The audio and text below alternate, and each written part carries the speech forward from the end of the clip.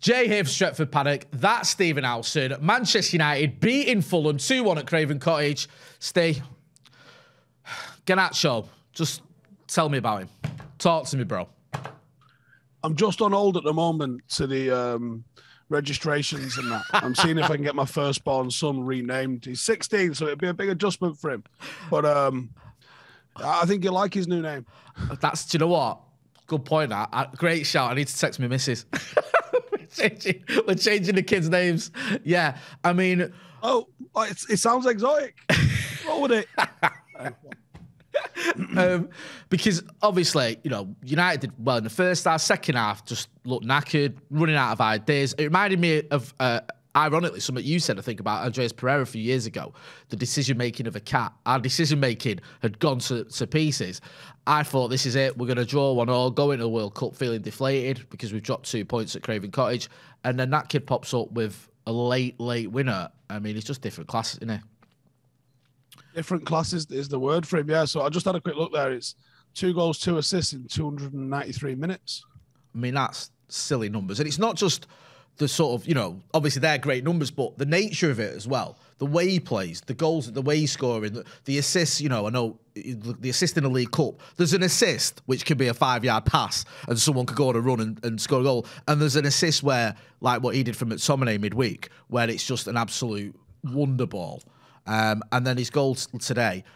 I mean, without being vulgar, how much of a switch did you get from that Christian Eriksen pass? Because that pass, I mean, yes, there was still a finish to do, but the weight of it was just spot on, wasn't it? And then obviously Garnacho does the rest. Yeah, I think I almost had written today off as a World Cup is in everyone's mind. It's almost like performance doesn't matter. It's not a cup final. So you're like, hey, we got to win, trophy's ours, blah, blah, blah. It's not that, obviously. But it's almost kind of like it genuinely doesn't matter. We got the 3 points because there's no momentum to be had, is there? It's literally like, see you in 2 months. Like, there's no momentum to be had from whatever happens today. And we've kind of, I don't know if we've needed it or what we've seen is because of what's coming. Do you know what I mean? It's almost like we haven't needed it necessarily, but there's been a reaction, a pre-action maybe instead of a reaction. Is that even a word? If not, you've just invented. That's a fucking banger. We're inventing words on this channel. That's just what we do. Pre-action. Pre-action. It's the thing now. It'll be in the dictionary next year. Do you know what I mean by pre-action? Yes, I do. That's literally how words work. So if that's not a word, that's a fucking word. Patented. Trademarked. We invented it. Write that down. Yeah, we'll have that. Right, so, yeah, I think we've had a pre-action of what's coming, an anticipation of it, if you like, and we've almost reacted to it before it happened. And now the World Cup's here, deal with it and pick up club football on the other side. So 3 points was literally all that mattered. We've got to stay in the hunt. You've got Newcastle doing madness all over the gaff in a minute. I don't know what's going on at Arsenal. Honestly, someone needs to check their piss because it's gone west. Like, what's going down? It's weird, isn't it? Because I look at City have dropped points. Arsenal win again. You're like, hey, what's going on? This is strange. When do we start getting Leicester vibes? That's what I'm starting to think with Arsenal. I mean, we're nowhere near it yet, but didn't get Leicester vibes while he was fucking driving that trophy around Filbert Street. I still wasn't fucking. I'm like, they'll fall off. Yeah, they've literally won it. They've won it. They're the champions. Nah. That's not real. Is the name's on the trophy, literally. No, it's not happening. This is sort of like a good point where you can have a look at and assess a little bit. What have you made of Erik ten Hag's first sort of spell, the first chunk of the season as manager? You might as well draw a line under it here now, innit, and call it. I think. I mean, how many league games are we in? I think we're 14. Is it 14 league games? I think so. Let me double check that because that'd have been a nice third, wouldn't it? Back in the original Premier League. Yeah, it's 14. Yeah, 14 league games so far. All right, so you call it a third of the way through the season. Yeah. What do I make of it? I think he's found a good 11. That's got a good style of play. That's got a good system. That's enjoyable front foot football. That looks to try and play in the opposition half. Looks to get after it. On the negatives, I don't think he's got the squad. So we were talking about my review. People were saying about his subs were shit. They were negative. I'm like, were they shit and negative? Because Garnacho was one of them. Yeah. Or were they all he had? Yeah. And I think it's more of a case of that's all I've got at the moment. I think if he's allowed the time to bring more faces in, I think he brings more faces in, and I think those are the ones that are used. I don't necessarily think I've seen him overuse any player, really, that's not been at the races. I think performance has been the number one driver in his team selection, generally. I think if he thinks you're in form, as we saw with McTominay over Casemiro for a minute, McTominay looks like he's in form, he's playing. Yeah. I think he's very much like a hot streak kind of manager. Like, if he thinks you're having it, then you're having it. And I think if we were playing next week and the week after, I don't think you'd be seeing anything but I think he's already wrote Garnacho's name down before they got on the team bus for next week, if we had a game. Yeah. I don't know how we're going to cover him, but I can't wait to see Garnacho go to Cadiz and feature in those games. I'm very excited to see. I don't even know who's not going to the World Cup, to be honest. I could do with that. Who's the stay behind squad? I think Sweden didn't qualify, did they? I don't think so. I don't know. I mean, I've got a feeling that maybe Lindelof, Alanga, handful of others. Yeah, De Gea didn't. He's not gone, has he? So yeah, there's not many, is there? It's proper Rezzi's tackle. But no, obviously Garnacho is one of them. Just on that though, Steve, because we've been here, me and you were talking the other day on the Broom, we're talking about youngsters that we've seen and we've got, excited by, and I'll be honest with you, from a personal point of view, sometimes I've got a bit carried away. Januzaj's debut against Sunderland, Kiko Makeda's debut against Villa. Jay, I got home at 9 a.m. after Januzaj's debut at Sunderland, right? Yeah. We had a night out in Harrogate. No one wants that. I might, if I would have been on camera at that moment, yeah, I would still be getting that thrown at me today. Of course. And it's what you do, innit? Do you know what I mean? As a fan, you get carried away. We love youngsters who've come through the ranks at Old Trafford. It's part of, what makes United so great. When you look at Garnacho, even though we've been here before with certain players, whatever, do you get that feeling that this kid could be the real deal? Yes. Very, very much so. And I thought that from... who did we play in pre-season at home? Rayo Vallecano, was it? That's the fella. Yeah, from that game, I went, oh, hang on. Yeah. No, he's moving at a different pace here. This is real. And it's not a pre-season... it literally was a pre-season friendly, but it's not a pre-season friendly. It's it's not a pre-season friendly pace. No. That's why he's looking good. It's no, there's something here with him. And it's from that moment there, I was kind of like, well, can we not throw him in when we've needed a bit of a hand? But do you know what? Ten Hag's been a bit patient with him. He's thrown him, and like we just said, 4 goal contributions in less than 300 minutes. Pretty good maths. He's one. It's not just that as well. It is great maths as well. But he's that type of player who gets the fans off the seat. And you know what I mean? Like, some players score goals and get assists, and the good players are exciting, but they're not necessarily the most entertaining or the ones that you go, oh my God, I can't wait to see. Do you know what I mean? This player. But with him, it's like every time he gets the ball, you don't know what he's going to do. Oh, yes, David May's in the team. Come on, lad. That's do you know what I mean? Said fucking no one, including his family. Well, do you know what I mean, though? This is what I mean. Like, with him, you're like, when he's coming on or when you see him getting the ball, you're like, something's going to happen here, and I'm all for it. You should have had a penalty. I don't know what the fuck Gary Neville was on about. See, I didn't hear Gary Neville's commentaries, but was he doing his usual, so, I want to keep all the non-United fans happy? As they're showing the replay, where the defenders literally pulled out some judo move on him, Gary Neville's like, yeah, that's not a penalty. And you're like... I saw you tweet, and I agreed with it. No, mate. That's literally a penalty. Like, that's the definition of a penalty. I think they might have bottled that one because it's right in front of the ref, and I think they know it's right in front of the ref, and they don't want to go, what are you doing? You've just got this wrong right in front of you. So they've just gone... Why can't we get penalties anymore? Since Klopp said United get loads of penalties, I don't think we've had one, have we? No. VAR, at least. I don't know. But do you know what I mean? It doesn't matter. We don't need penalties anyway. We've got Garnacho.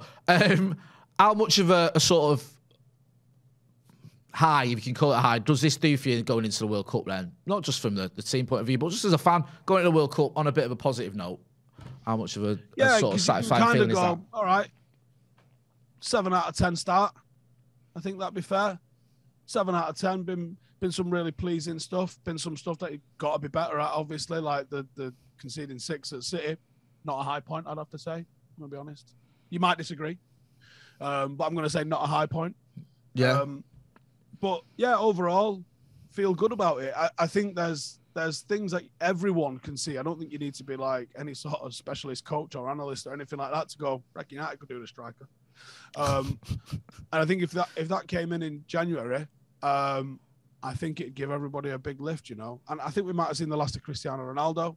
I think he was just like, here's what's going to happen, lads. I'm going to fuck off and get ready for the World Cup. Y'all do you. Yeah. I very much get the feeling that that's how that went down. We may have seen him play at United for the last time. I think he'll probably move on come January. No idea where that'll be. There's some talk of Sporting, some talk of Alona I saw last, but we'll see what happens with that. But if he does, you have to bring a striker in. Anthony Martial could do bits for United, but can't be relied upon. So you're going to have to get someone that can be relied upon. And I think if this team gets that focal point, I think it could do some stuff. There's a backup right back maybe needed, a striker, and that would put us in a very, very strong position. And then you get to the summer, there's some talk Fred's going to run his contract out. So, okay, we're starting to retool the squad here, aren't we? It's looking like a different face. Some players that maybe have got a little bit of a sell-on value, get what you can for them. Maybe the likes of Kobe Mainu start to get pushed through. Maybe Zidane gets, that third or fourth choice off the bench midfielder that Fred seems to occupy at the moment. Maybe that's now Zidane. Those are roles that I don't have a drama with the likes of Zidane filling. If Zidane never hits, the lofty heights of being as good as Christian Eriksen, that's okay. Yeah. If he can come in and do the Phil Neville, John O'Shea role, fantastic. Yeah. That guy's looking at hundreds of United appearances and tons of trophies. Not everyone, gets to be the prom queen. So sometimes you just got to be the backing dancer. I like that. Not everyone gets to be the prom queen. Sometimes you just got to be the backup dancer. Very poetic. You're inventing words. You're being poetic. What's going on with you? Hey, don't know. Hey, something's going on. I think this Garnacho goal's got to all of us. It's turned Steve into Shakespeare, and I've lost my head. Steve, thanks for that. Can I just say before we go, and I know you're aware of this, but just for the viewers, Matt Dickinson has just written, I think he actually wrote it a couple of months ago, but he's only just found audiobooks, therefore only just found me. Yeah. He's written a book called 1999. Now, I'll fill you in, Jay, because I don't know if you was aware what happened in 1999. Is this when we... Armageddon came out, I think. Right, that was it. Armageddon came out, and I think there was a change in the cabinet, wasn't there? Didn't someone, go over to Health Secretary? I know you don't like to make it political. Yeah. But yeah, 1999, for those not sure, we won the fucking lot, right? Only team to do it in Britain. Matt has written a book which feels like he's gone through all of his notes, all of his own reports of the time, and he's definitely read every book on the subject, because I'm listening to quotes from books I've read. Right. Well, that's from that book. That's from that book. And he references that a couple of times. Like, he references Fergie's leading quite a lot. I can't tell you. You're like, Steve, I fucking know what happened in 99. Why do I want to read a book about what happened in 99? Because I'm fucking telling you, it's amazing. So, why did Teddy Sheringham and Andy Cole fall out? Oh, there's a whole chapter on it. Good. That's what I want. I don't want two lines. I want a chapter. Yeah. I want you to tell me everything. No, I'll tell you how many chapters are in this book, right? So go on. That's what the subject of like a chapter is. There's a chapter on everything. Fergie losing his rag must be about 38 of the chapters. Good. And not just so you think managers lose the rag now? Oh my God. Fergie in 1999, when there wasn't camera phones, hardly any of the press conferences were filmed apart from the European ones. Fergie dropped C-bombs like you bet him he couldn't. Yeah. Like, he was just like, you cut, and you cut, and you cut. Like, just, when people were getting banned left, right, and centre, and Fergie didn't like what he'd written. I mean, he said something that's a little bit close to the bone about all Italians, actually, at some point. Right, okay. That's in there, being explained. Yeah. How he got, I think he got a fine off UEFA for it. Because he didn't believe that Ronaldo was injured. He was injured, sorry? So Ronaldo. So Inter Milan travelled over for the quarter-final. Remember it well. They didn't bring Ronaldo with them. Right. And Fergie just made his entire press conference, possibly on purpose, possibly went out there and said, I'm just going to cause some shit today, because he did that, didn't he? Yeah. Mourinho did it in a snide way. Fergie did it, and it made you think Fergie had lost the plot a little bit. Yeah. Whereas actually, with 20 years experience on it, you might have gone, nah, I think he was thinking the best player in the world and this team, which is a hell of a team, probably going to cause havoc. Let me take the flak a little bit. So they didn't bring Ronaldo, and Fergie just went, that's a lot of bollocks. He's playing. He ain't injured. The Italians are the masters of deception. They've been doing it for years. I think he said, if Italian tells me it's pasta, I'm going to look underneath the sauce or something along those lines. UEFA thought it was a bit stronger and fined him. Yeah, different era, shall we say? Yeah, but like, so it's all of the back end of all of that stuff. You know what happened on the pitch. Yeah, we all know what happened on the pitch. It was sensational. This is a lot of the, like they're talking about. I don't know if you remember this one, but I knew it was in there, but it didn't register with me until. So this is from 1997. Peter Schmeichel was asked, how would you do if you played the 1968 team? And he went, we beat them 10-0. So, do you not remember that? No, I don't. And that's another reason why he's not on top of my Christmas card list. So he explains it very well. Look, the game's moved on. It's faster. If you watch those videos, it's half the speed, blah, blah, blah, blah, blah, blah. He explains with context, as with most things in life, with context, it kind of isn't mental. But I didn't know this at the time. The journalists used to travel at the back of the plane. Right, yeah. There's like 5 or 6 journos that have traveled with the squad to Dortmund for that semi-final in 97. And they're all kind of like a bit short for a story. And they had that relationship with the players at the time where Peter Schmeichel's 6 rows away. Yeah. So they grab him and be like, fancy a quick interview while we're flying over. So he goes, all right, okay then. And then he sort of volunteers this line. I would do. I'd probably beat him 10-0. He said they all kind of like looked at each other and was like, okay. Yeah, there you go. There's a headline sorted. Yeah, exactly. So on the morning of United playing Dortmund, can you imagine a 6'4" angry Peter Schmeichel fucking chasing reporters down corridors because he's just found the newspaper of this? Bobby Charlton's in the changing room asking him what the fuck he thinks he's saying. Oh, ouch. So that book from Matt Dickinson is unbelievable. But I got a treat for you. I'm going to be interviewing him about the book in Qatar. So we'll be sending that video straight back to the channel. Yes, top man.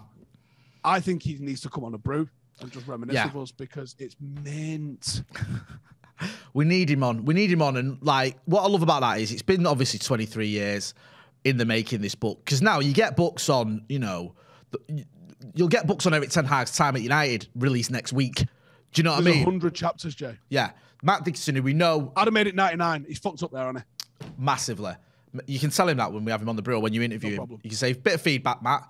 Big mistake. But no, in depth, we love all that. If you obviously love 99 like I do, so if you're waxing lyrical about it, I'm definitely going to check that out. I look forward to reading that and I look forward to your interviewing with him as well.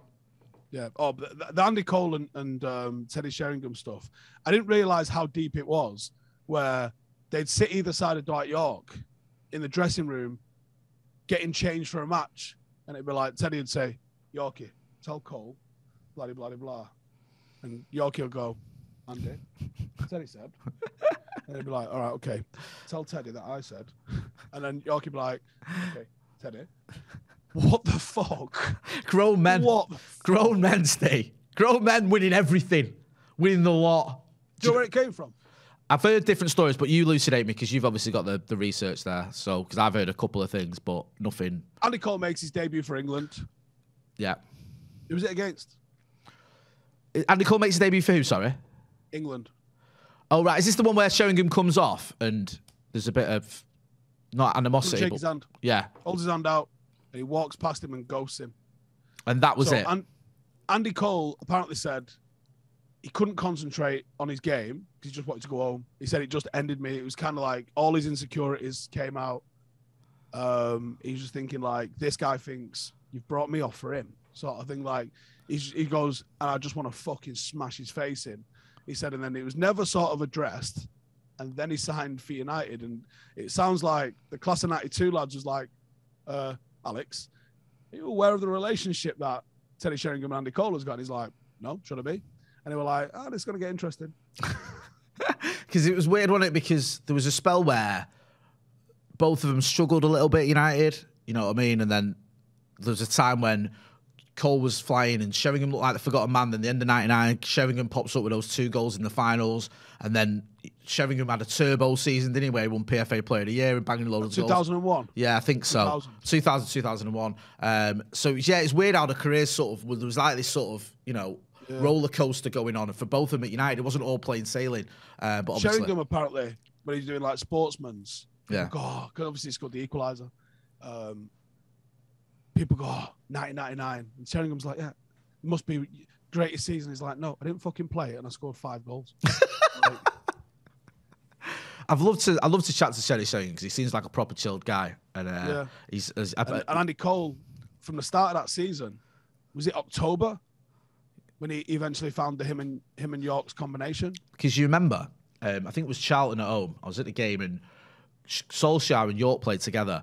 Both scored 2 goals apiece. We won 4-1. And Sheringham and Cole came on for both of them. And everyone just assumed it was going to be Solskjaer and York.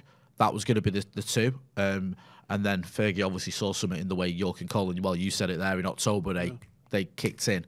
And then the rest, as they say, is history. But no, I need to read that book, man. I'll get it on audio.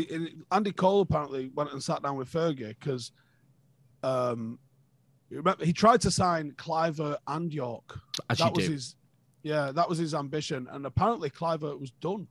But something happened last minute, and I think he decided on Barcelona. Obviously, Louis van Gaal was at Barcelona at the time, so he's got the experience. Louis van Gaal brought him through, but gave him his debut at Ajax, so obviously some sort of connection there. I think he gave him his debut, at least played for him at least anyway. So I don't know if he debuted him. I think yeah.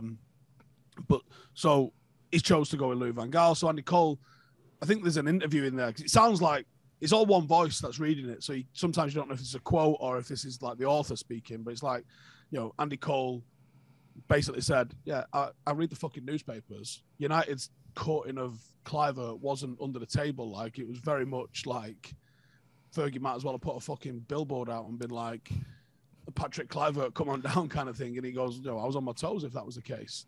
But obviously Clivert wasn't signed. So he goes to see the boss when York comes in, thinking York's actually been signed for his place. And he's like, and this is while Solskjaer's playing alongside York as well at the time. And he's like, and Andy Cole, for those who don't know, Andy Cole, not the easiest person to talk to.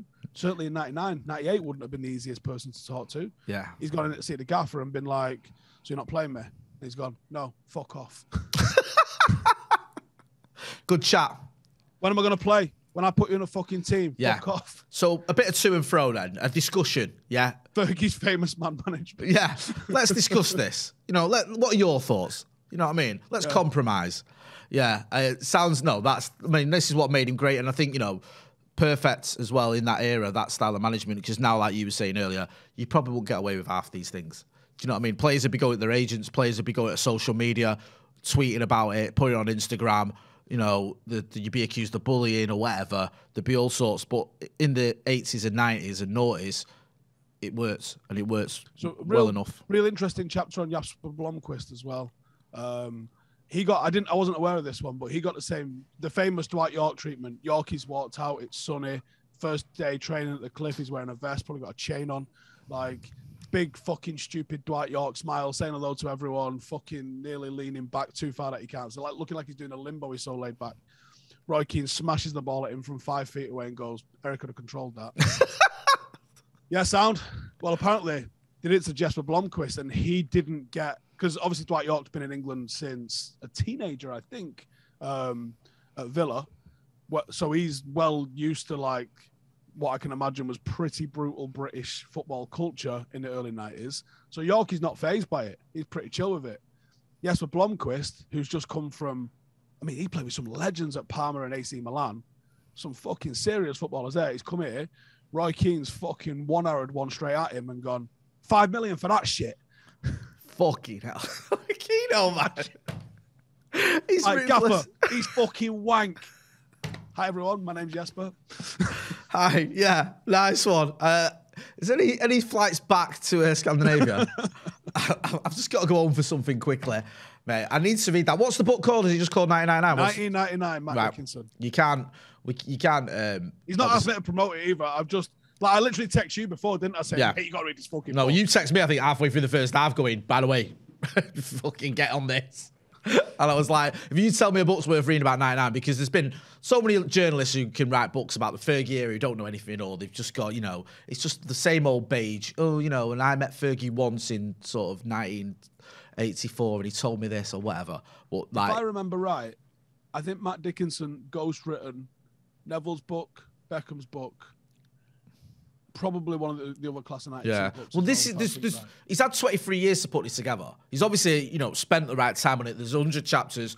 He's proper in depth. He's a journalist as well who you respect. This isn't, Is he from the Times, Matt? Yeah. I think he is, yeah. I'm not going to... shit rag, is it? No, he's not, clickbait. Oh, United could be in for Jadon Sancho. He's not doing play ratings after the game, no. No, he's not. He's not marrying the editor to get a job. He's got a job on merit. Do you know what I mean? So, I'm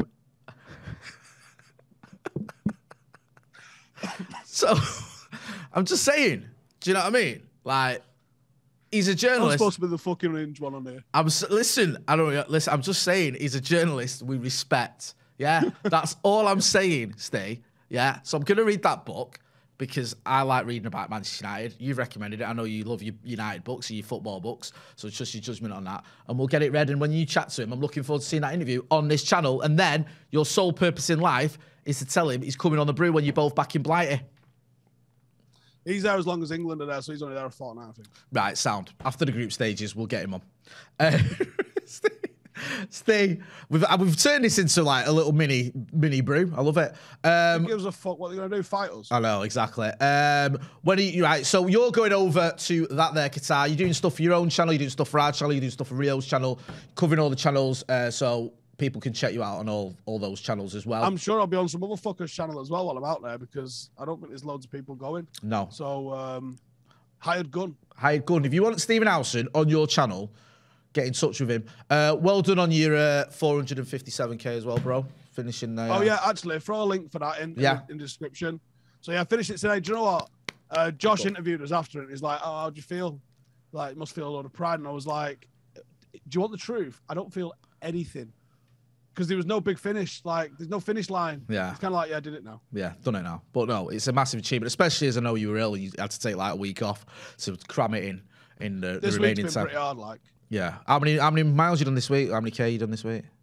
Well over 100 this week. Jesus wept. In between all the other stuff you got to do, preparing to fly across the other side of the world for the World Cup. Been in London, training, fucking United games too. Like, yeah, Paddock game. We lost the top of the league yesterday. I saw that. I didn't want to bring it up, but you've mentioned it, so it's. Hang on, let me show you this. Right, let me just show you this. Go and take your time.